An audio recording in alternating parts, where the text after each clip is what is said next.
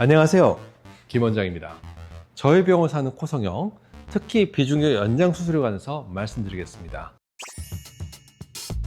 코끝은 부드러운 합의각기 연골, 날개 연골로 이루어져 있습니다. 비주라는 부분은 여기인데 훨씬 더 약하고 무른 연골로 이루어져 있습니다. 비주 지지대라는 수술이 있는데 이렇게 약한 합의각기 연골의 콜루멜라 파트에 세로로 연골을 끼워서 받쳐주는 수술입니다만, 연골이 약하고 공중에 떠있는 플로팅 타입이라서 약하고 많이 못 올리며, 많이 올리면 지지가 약해서 옆으로 위로 기우는 경우가 있습니다. 게다가 코끝 수술의 가장 어려운 점, 뒤쪽 공간이 완전히 비어있기 때문에 점점 뒤쪽으로 넘어지면서 장기적으로는 코가 점점 위로 들리기 때문에 제 수술 차력과는 달라서 권해드리지 않고 있습니다. 코 수술이 어려운 점은 코끝 연골, 합의각계 날개 연골이 동양에는 매우 얇고 약해서 모아서 형태를 만든다고 해도 또 다른 동양의 특징인 두껍고 무거운 피부가 덮이면 변화를 알아보기 힘들고 그대로 아래로 주저하는 경우가 많다는 것입니다. 게다가 날개 연골 사이를 이렇게 열고 나면 코의 지지 구조인 비중격까지 거리가 거의 2~3cm가 비어 있습니다. 허공이 떠 있습니다.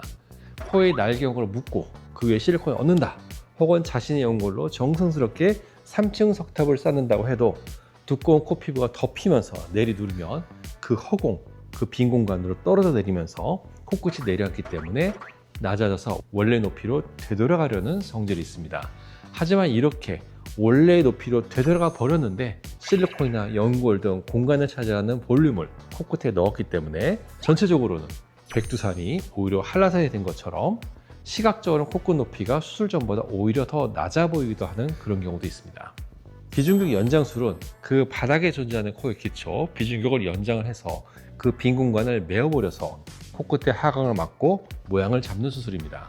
많은 선생님들이 이렇게 수술하는데 문제는 딱딱한 가슴 연골을 재료로 쓰면 전후 좌우 가동성이 전혀 없어지며, 부드러운 코끝에 갑자기 강한 재료를 팍 썼을 때 이질적이고 수술티가 좀 많이 나고, 작은 충격은 잘 견디지만 딱딱하니까요, 센 충격이 탁 오면은 툭 부러질 수 있는 구조적인 손상이 발생할 가능성이 생깁니다.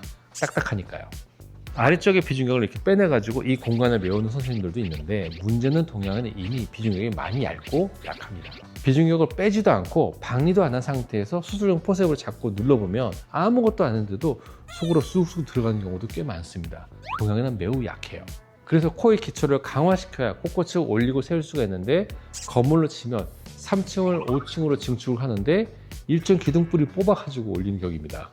물론 사용의 책대로 비중의 위쪽에 L자 스트러트라고 해서 1cm 정도 남기면 괜찮다는 선생님들이 많은데, 저는 과거에 이렇게 수술하신 분들이 전체를 이렇게 내려앉은 경우를 많이 봐서 아랫돌 빼가지고 윗돌 올릴 수술은 하지 않고 있고, 이런 방식은 지양하는 편입니다. 부드러운 귀연골은 이 지점에서 매우 강점이 있습니다. 약간 관절 같은 개념까지 추가하면 이렇게 수술 다음 날에도 좌우로는 매우 자유롭게 움직이면서 탄력적인 보건력이 있는 코끝을 만들 수 있습니다.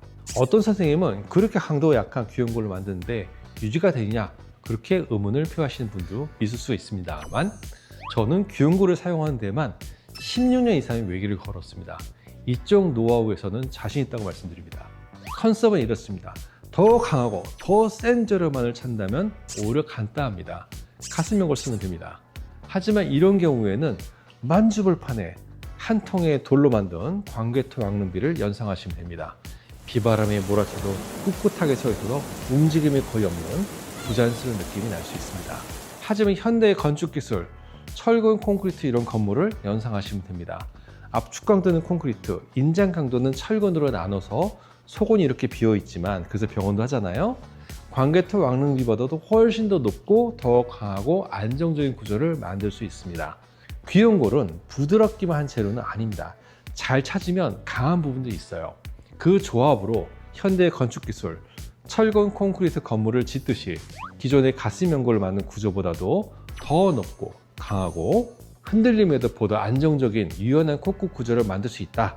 그것이 제 수술 컨셉입니다. 그래서 수술 직후에도 좌우로 흔들 수 있는 것입니다. 또 다른 컨셉은 사정교입니다. 멀리서 보면은 이렇게 교각 사이에 실들이 이렇게 있습니다. 하지만 다리를 건널 때 보면은 엄청나게 굵은 철근들이 인장 강도로 전체 구조를 받치고 있습니다. 딱딱한 가슴 연골로 압축 강도로만 설계한 코를 하시겠습니까? 아니면 유연한 구조의 압축 강도와 인장 강도로 설계한 코를 하시겠습니까? 유연한 귀연골로 압축 강도를 버티는 지점과 이렇게 인장 강도를 버티는 복합 구조로 코끝을 많이 올릴 수 있습니다. 귀연골은 부드러워서 압축 강도를 설계하는 게 힘들지만 할 수 있는 일이고, 잡아당긴 인장 강도는 상당히 강합니다. 그래도 연골이니까요. 제 수술의 또 다른 컨셉은 매우 깊이 내려가서 아주 밑까지 보강한다는 것입니다. 아무것도 때리지 않는 비중격도 약해서 코끝이 올려서 압력을 가하면 내려가는 경우가 많습니다. 저는 많이 봤습니다. 수술 중에도 비중격을 포셉을 이렇게 누르면 쑥쑥 꺼지는 사람 많이 봅니다. 1층 건물을 지을 때의 기초와 3층 건물을 지을 때의 텁하기 기초, 5층 건물을 지을 때의 기초, 제 병원에 있는 10상치 이런 건물을 지을 때의 땅 파는 깊이, 기초 공사는 다릅니다. 코끝을 많이 올려주려면 그만큼 더 속으로 더 들어가서 기초를 보강해야 합니다. 그렇지 않으면 내려앉거나 피사의 사탑처럼 옆으로 기울게 됩니다. 코 수술이 아이러니하고 이율배반적인 이유는 그 기초를 내려가는 과정 자체가 코 기초를 파괴하는 과정일 수가 있다는 것입니다. 그래서 기초 손상이 없도록 최소화하면서 좁게 수술하는데 힘들고 시간이 오래 걸립니다. 이렇게 수술하는 가장 큰 이유는 염증 때문입니다. 일단 코 속은 균이 많고 수술 후 상처로 균이 안 닿게 하는 조치는 불가능합니다. 일단 균이 입장을 한다고 봐야 합니다. 여기에 보형물이 있으면 염증 확률은 확 올라가며 걔네들에게 옴치고 뛸 만한 운동장을 만들어주지 않아야 합니다. 부수적으로는 회복기가 매우 빠른 장점도 있습니다. 이런 모든 조치에도 아주 센 균이 들어와서 어쩔 수 없이 수술한 모든 것을 제거해야 되는 상황이 되었다고 가정합시다. 그때 기초 손상이 맞냐 적냐는 운명을 가릅니다.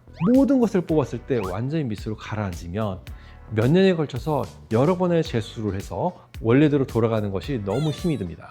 그때 다 빼도 밑으로 가라앉지 않게 하고 그대로 서 있게 만들면 복코 해결하고 연골 모으기라서 원래보다는 좋은 상태로 일단 끝낼 수 있습니다. 그리고 나서 1년 뒤에 다시 반대편으로 하냐 마냐는 선택이 되는데, 코가 완전히 주저앉아서 망가져 버리면 그때는 선택이 아니라 필수가 됩니다. 몇 번의 재수술해도 원래대로 가기가 너무 힘들죠. 모든 성형수술은 부작용의 가능성이 있음을 인지하시고 충분히 상담하신 뒤에 신중하게 결정하시기 바랍니다. 감사합니다.